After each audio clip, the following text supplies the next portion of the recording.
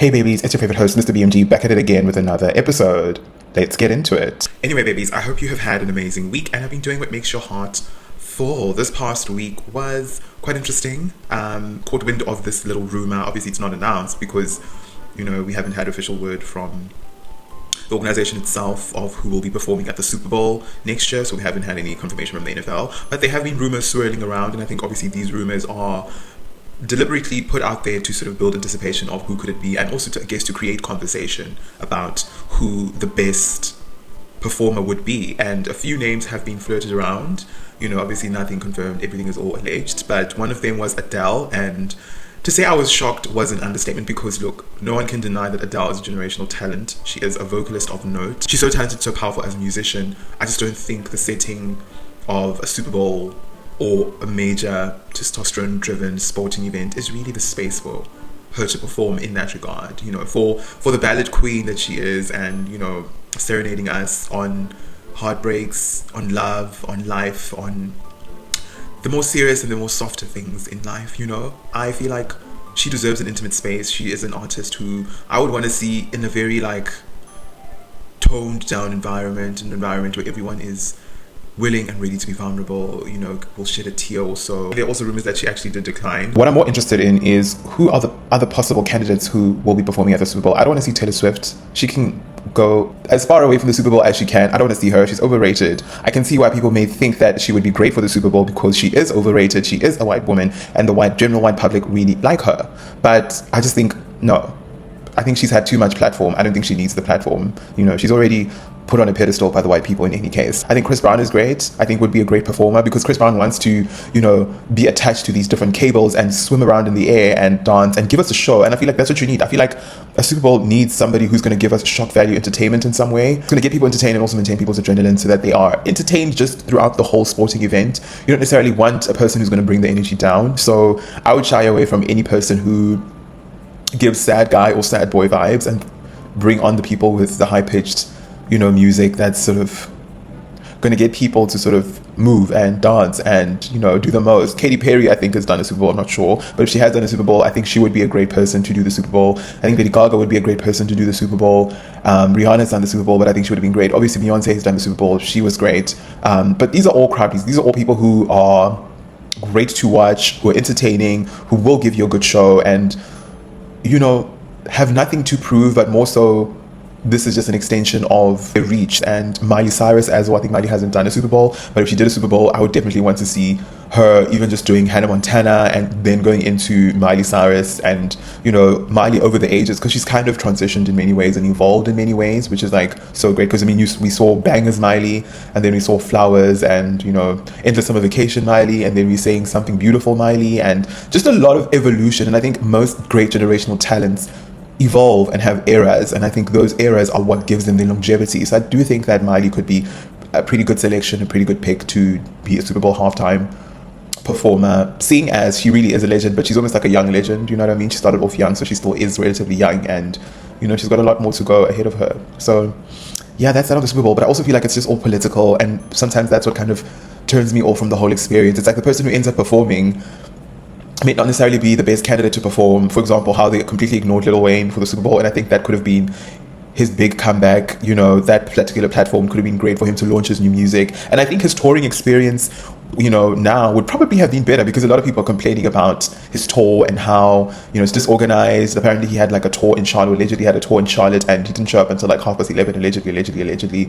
And a lot of people have just been complaining about the concerting experience that he's been having with this new album that he has, Carter 6 or something, and it's just not giving. It's not giving primetime Lil Wayne. And I do think if he had maybe had the opportunity to perform at the Super Bowl, I think would have been great leverage to sort of relaunch and put him back out there. Similar to how they did Usher. Usher was kind of in a dry spell, but I think when he had that exposure of doing the Super Bowl, that sort of pushed him back into the mainstream and definitely really helped supercharge his career again. So I think they could have done the same thing with Lil Wayne, but politics, they had someone who's not from NOLA to perform at the Super Bowl, and people were not impressed by that. So all I'm trying to say is expect to be disappointed in the performer they choose this year, and if you're not disappointed, well, it's probably a coincidence. So Riri gave birth to a baby girl, Rocky Irish Myers, I think, and Rocky with an I guess it's a nod to the father, which is kind of cool, and then Irish, I think, is also a nod to her ancestry, Rihanna. I think she's got Irish in her family or in her blood somehow along the line.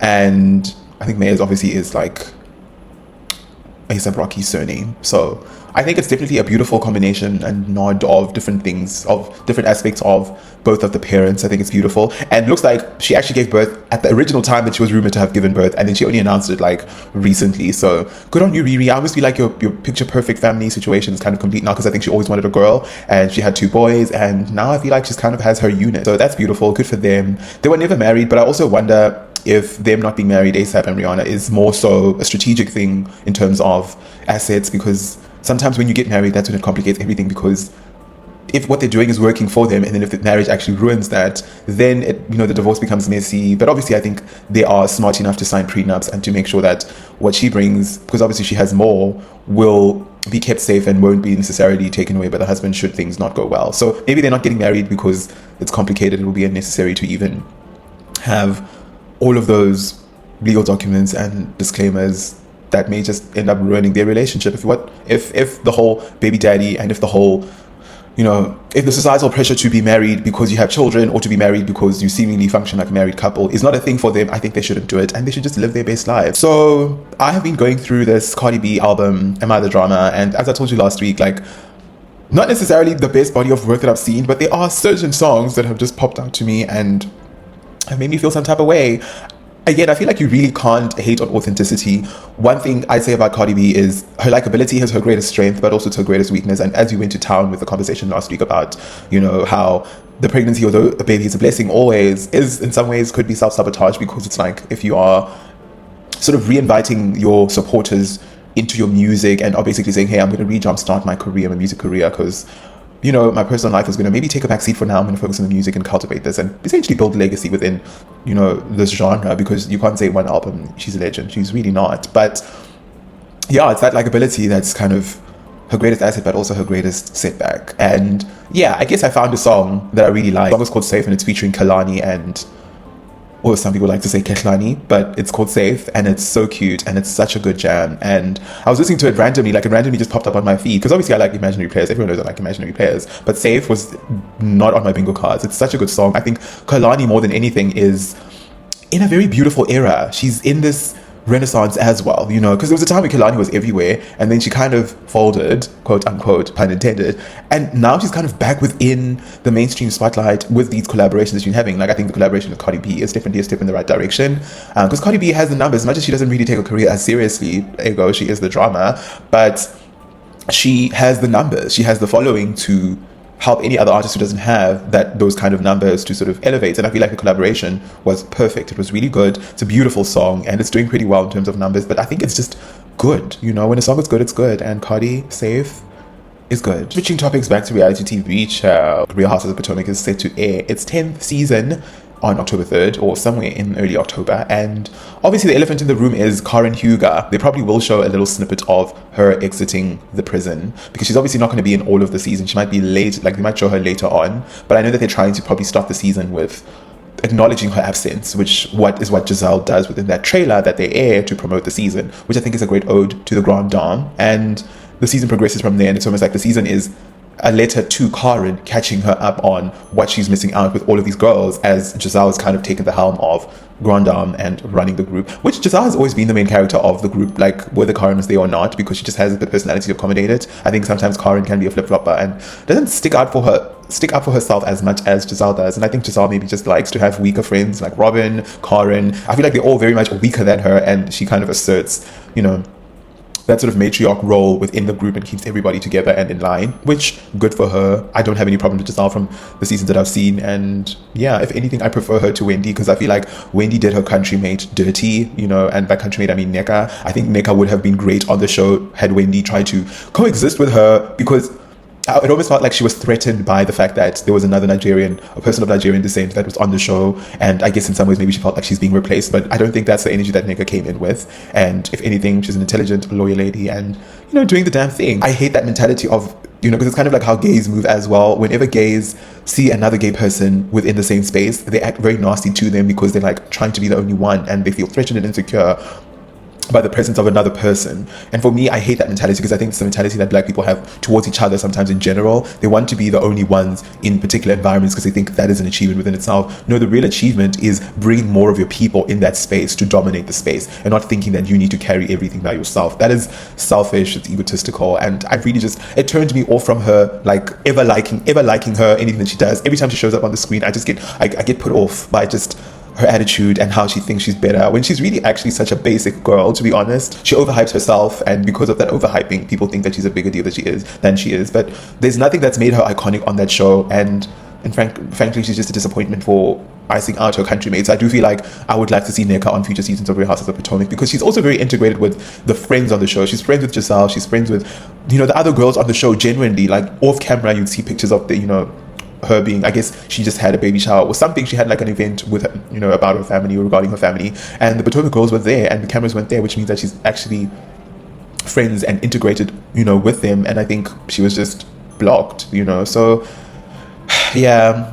In these future seasons, I definitely want to see Wendy's role diminishing, because I just couldn't care for her, and I want to see the growth of other, the renaissance of other characters that I think were good for the show, and some of the friends who at an interesting angle. Obviously, we know Macy Mia is not on the show anymore. She was great for the show, whether you like it or not. She had a disappointing reunion, couldn't stand 10 toes on all her shit, but I think she had a great season and she was always good for the show. But she's not on it anymore. I think she maybe have a future. She has a future in Atlanta, on the Atlanta Housewives, because it looks like she's sort of been hanging out with them here and there. But she's not there, so who's going to bring the drama? Who's going to bring the messy ass storyline that we all love to hate? Because people, as much as they all like, oh no, they don't like Mia, you like to see it. It's, you like to see the mess. You like to entertain the mess and hate on the fact that whatever she's doing, you don't agree with. If you don't have somebody who gets you that way and is polarizing, then do you really have a show? Actually, we've seen her story play out. She's obviously divorced. She was on Love Hotel. She had too much trauma to realize that the man who she was supposed to end up with, which was that beautiful dark-skinned Nigerian man, she had too much trauma to realize what's good for her. So she ended up with the person who was not good for her, who was her type, which was the daddy type, only for them to break up and not amount to anything. So really, will she continue to self-sabotage herself? Will she have a consistent storyline? Like, will we actually get to see where Ashley is? Because she's very flip-floppy. You know what I mean? Like, she's very like, today she's a lesbian, today she's straight, today she's into daddies, today she's into black guys, today she's a parent, today she's like, nothing about her is consistent. If one person is messy, y'all say Mia is messy. If one person is messy and all over the show, it's Ashley. So what will be her storyline? Are we going to finally see her get it together? And by get it together, I mean just like, get it together, girl. Like, are we going to see you having something consistent and not flip-flopping around various topics but not committing to one thing? Direction is what we essentially need from Ashley. It remains to be seen what the season 10 will offer, but I'm excited for it, and yeah, we'll tune in, of course, and we'll talk about it as it gets interesting. The last story I wanted to talk about is kind of a full circle moment, and it has to do with Meryl Streep, aka Miranda Priestley, meeting Anna Wintour at the Dolce & Gabbana Spring 2026 fashion show in Milan, Italy. And it was absolutely a spectacle. So they were obviously shooting a scene for Devil Wears Prada 2, and Miranda was walking in with Stanley, and they were sitting obviously front row, and they were sitting next to the Naomi Campbell, and Anna Wintour was sitting right across from Miranda Priestley, like literally directly across, and we could see some snippets of them sort of interacting, waving at each other, and very much like, oh my gosh, art imitating life, literally the intersection of it. You are playing this character that's obviously modeled,